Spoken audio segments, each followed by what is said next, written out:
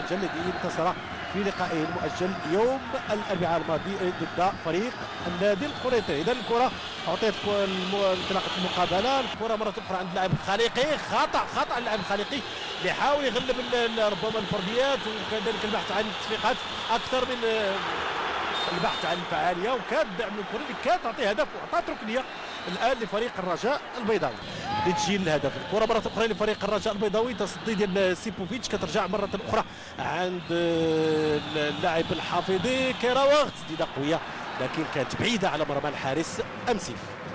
الرجاء الشيء الايجابي في هذه الحمله هذه لمستين الى الامام كترجع عند فريق الرجاء البيضاوي عند اللمطي ضاعت منه ايضا، ما كنلاحظوش 3 تمريرات او 4 تمريرات اللي كتكون بشكل اللي نشاهدوا تبين لنا انه كاين بناء على مستوى العمليات. هذه محاوله جيده الجهه اليسرى لفريق اتحاد طنجه في اتجاه المربع، لكن بكل سهوله كاين اللاعب عادل كاروشي اللي كيرد الحارس.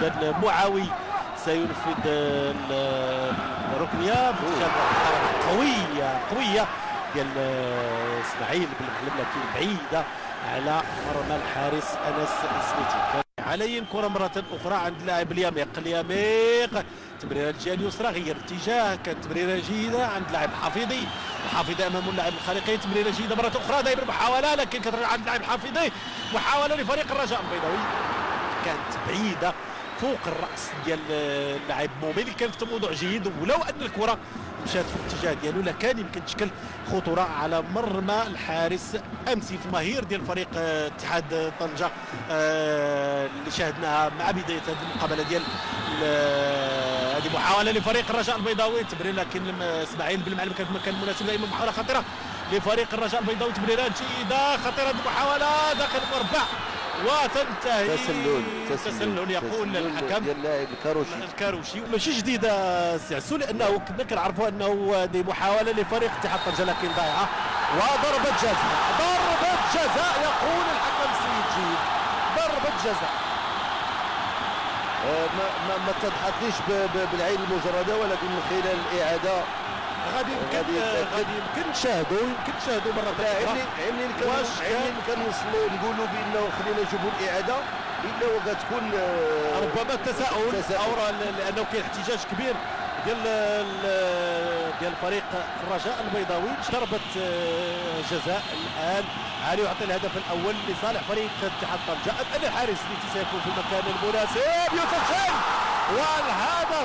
والهدف الاول لفريق اتحاد طنجه ياتي في الدقيقه 35 من عمر هذه المقابله ليعطي التقدم لفريق اتحاد طنجه.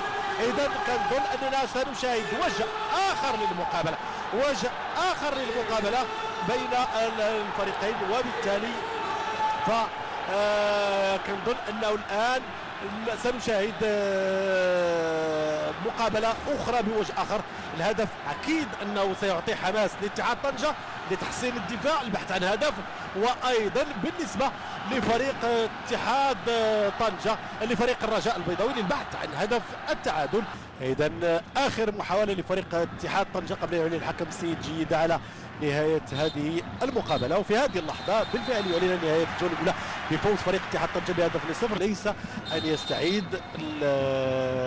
ضربه الجزاء هل هي صحيحه ام لا، هذا سؤال اخر. اذا لو كترجع مره اخرى عند اللاعب مابيدي في اتجاه مومي، تدخل الدفاع الخالقي بكر اليه ما تمكنش من الكره مره اخرى عند اللاعب اللمطي اللي كيسدد التسديده كان ديالو كانت ضعيفه لكن انها لقات في الطريق ديالها الرجل ديال اسماعيل بن معلم وكتخرج ركنيه لصالح فريق الرجاء البيضاوي. اذا كاروشي كل لاعبين ما عدا بوطيب اللي بقى في وسط الميدان ايضا بدر بانون في اتجاه المربع خطيره محاولات لكن تصدي الدفاع ولاعب سكور في نهايه المطاف يتصدى للكره يبعد الخطر عن مرمى الحارس امسي في صراع بين اللاعب الخالقي والكره ما كاينش خطا يقول الحكم جيد اللي كينطلق عند اللاعب اللمطي هناك انطلاقه ايضا ديال الحافظي وكذلك اللاعب مومي.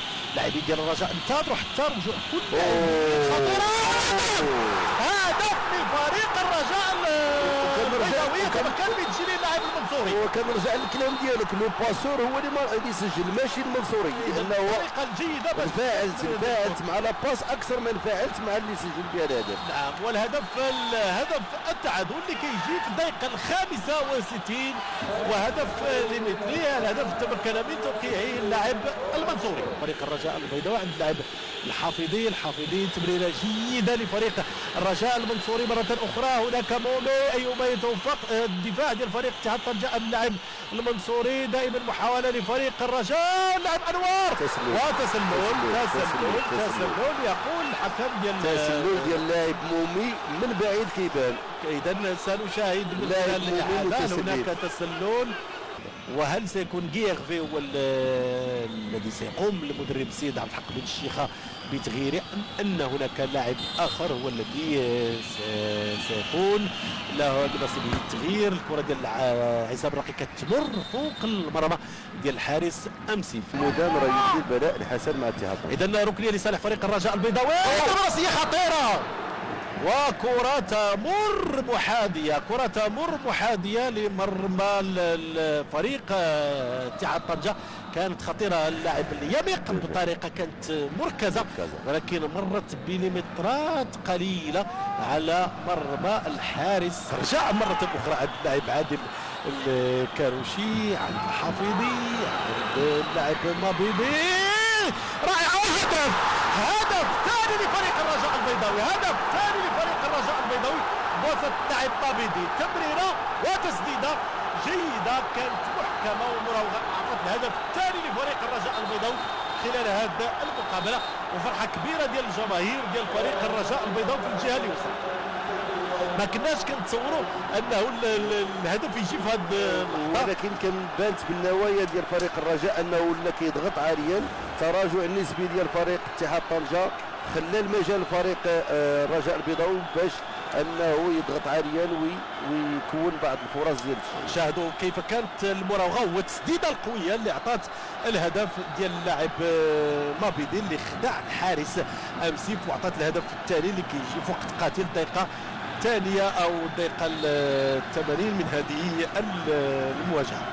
بالنسبه لفريق اتحاد طنجة المردود الفردي فامسيف هجوم مضاد والانطلاقه ديال اللاعب لونغولاما عند المنصوري، لكن المنصوري ربما تاخر كثير، غيحاول يسدد بالفعل كيسدد لكن محاذيه لمرمى الحارس امسيف. محاوله لفريق الرجاء البيضاوي كتجي عند اللاعب مابيدي عند عصام الراقي، عند الحافظي.